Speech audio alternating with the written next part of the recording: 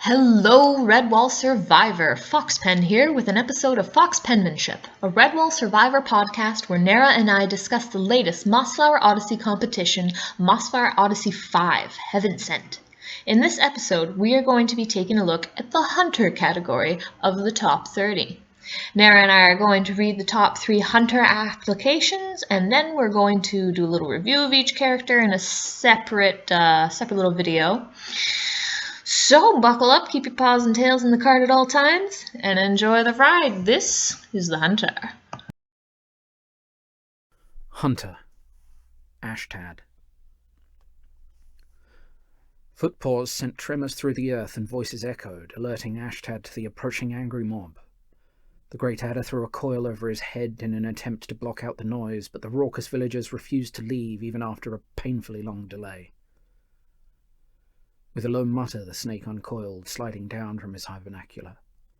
The crowd had shoved a plump dormouse over the precipice and were raining down curses and stones as he grasped for paw-holds, desperate to escape. Sighting the serpent, the beasts above pointed and shouted with excitement. The dormouse shrieked as the snake's coils curled about him, dragging him kicking and clawing back into his lair. There was a scream, then silence.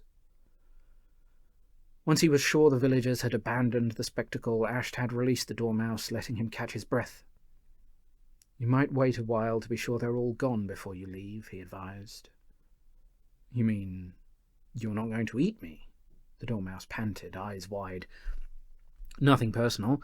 Truly, you look like a very satisfying morsel, but I just ate 2 days ago." The dormouse blinked. Ashtad sighed.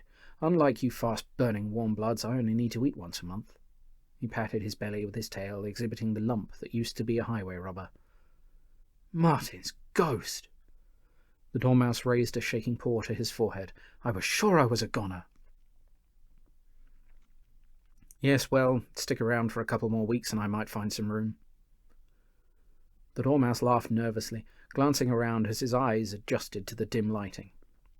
A nest of cotton-stuffed silk took up half of the space, while a lantern hung from a peg nearby, highlighting several shelves carved neatly into the sides of the burrow. They were filled with feathers, papers, bottles, and even books. The dormouse gasped incredulously. "You can read?" "My dear fellow, try to contain your shock. Being an adder does not make me a mindless monster." "Well, you do eat beasts. Some would call that monstrous." "Think of it more as providing a service," Ashtad hissed. "Your village seeks justice. I seek a meal. Quid pro quo." He drew himself back onto his comfortable bed. The dormouse glanced at the burrow exit, then back at the adder. He swallowed, licking his dry lips. "So you're lazy?" Ashtad's head flashed forwards, stopping just in front of the dormouse's flinching face. Vertical pupils took in the other beast with an unblinking glare. "I'm starting to sense that you actually do wish to die." A pause, then Ashtad slid away, tail brushing across the bindings of his meagre library. "You are suggesting I hunt for my own food?" "I am suggesting you hunt for the truth, instead of trusting others to pass judgment," the dormouse replied. "You say you're offering justice, yet you don't even know the facts. You're more an obedient pet than a judge." Ashtad hovered over the dormouse again, tasting fear with a flick of his tongue. "You know I don't have to eat you to kill you." The dormouse ignored the threat and gestured at the shelves. "I noticed you have McNally's Ethics and Truth. Why keep such a book if you don't care what's right and wrong, true and false?" Ashtad knocked the dormouse to the ground. "And can a criminal lecture on what is right and wrong?" "I am not a criminal," the dormouse returned hoarsely. "I was framed." "Intriguing."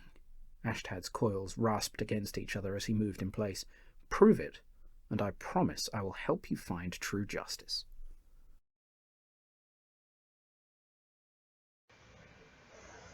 Okay, so next on the Hunter block is Kew Kew, the 25-year-old male Werret.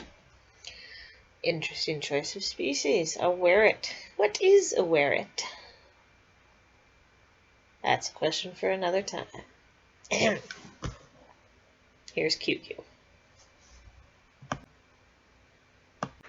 Cra! Cra! Kira! Margaret shivered and quickened her pace. She had strayed from the path to pick up some daisies and was now paying the price for it. Thwack! A pair of spears buried themselves inches from her feet-paws, their shafts quivering in front of her. Cra! Margaret hurried past the spears, oblivious to the shadow that followed her through the tree line. An arrow whistled past, trimming her whisker tips. The mousemaid failed to suppress a sob and stumbled over a stray root. Had she not done so, she might have been crushed by the boulder that crashed into the ground in front of her. Cra! Cra! Who goes through the land of Kew Kew? A horrific creature dropped down from the foliage above. A black mask of fur lay over wide, curious eyes that stared down at the mouse. Its tail and arms were bare, muscular, and lined with a few stray strands of fur. It wore a skirt of feathers and carried a jagged spear in one paw. Who be you? The creature demanded, sniffing at the mouse. Don't! Margaret sat up swiftly and did her best to back away from its frightening countenance.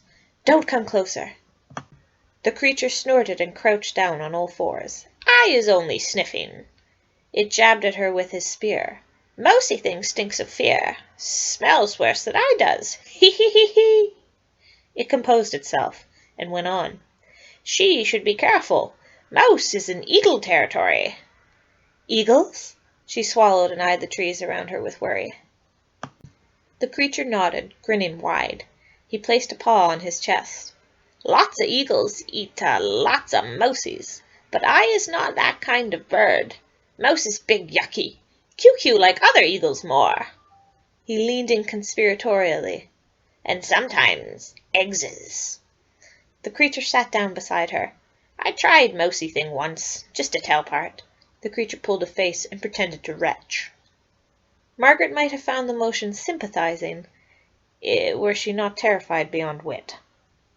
Sorry I scares you. Trapses were meant to catch other, more yummy things.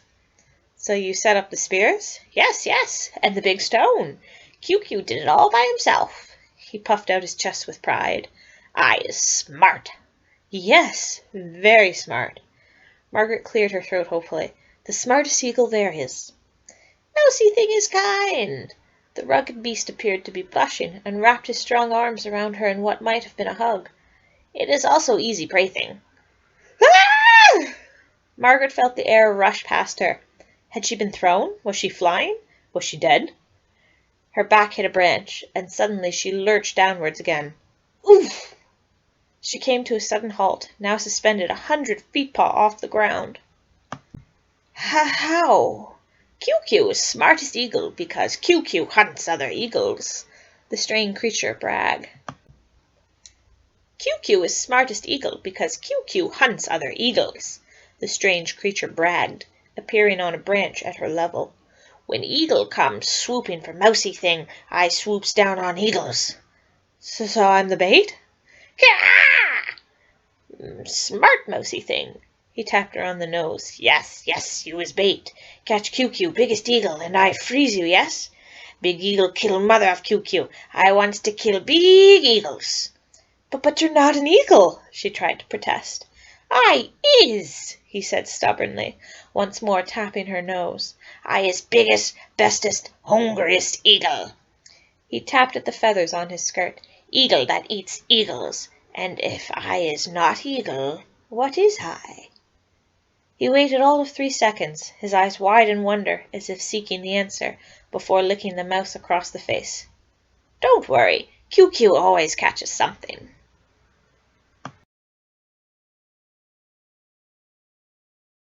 Old One. Old One came down from the north, where the night was long and the world was empty. He came to the land of plenty when the snow fell and his bones ached. Long ago, before he was the Old One, the icy winds had merely gnawed at his body like a teething pup.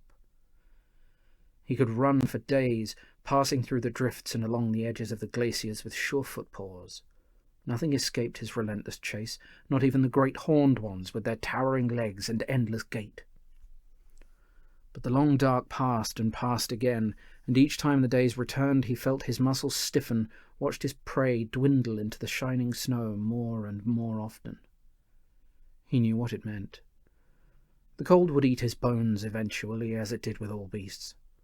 So he made his way south to the verdant lands he now roamed. Here he prowled with menace despite the unfamiliar terrain.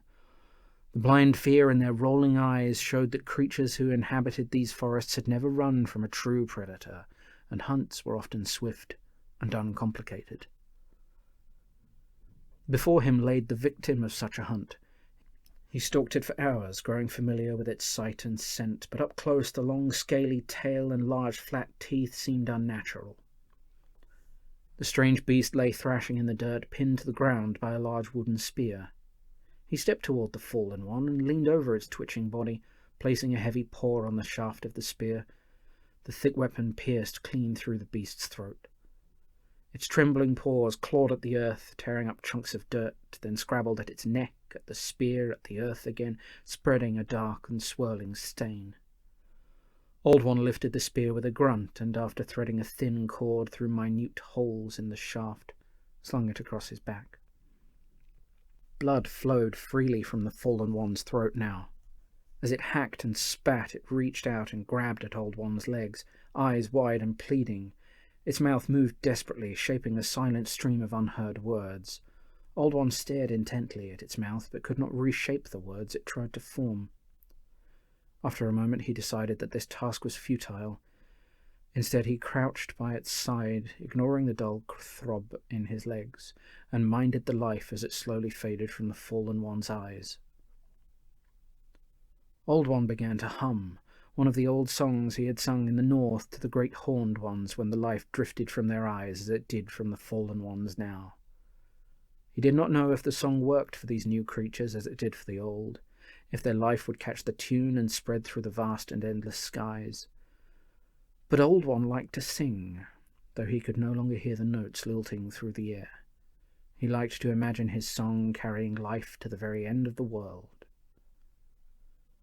The hum echoed through his chest and flowed through his bones, washing away the familiar ache. Soon the fallen one ceased twitching, and Old One allowed his song to trail off.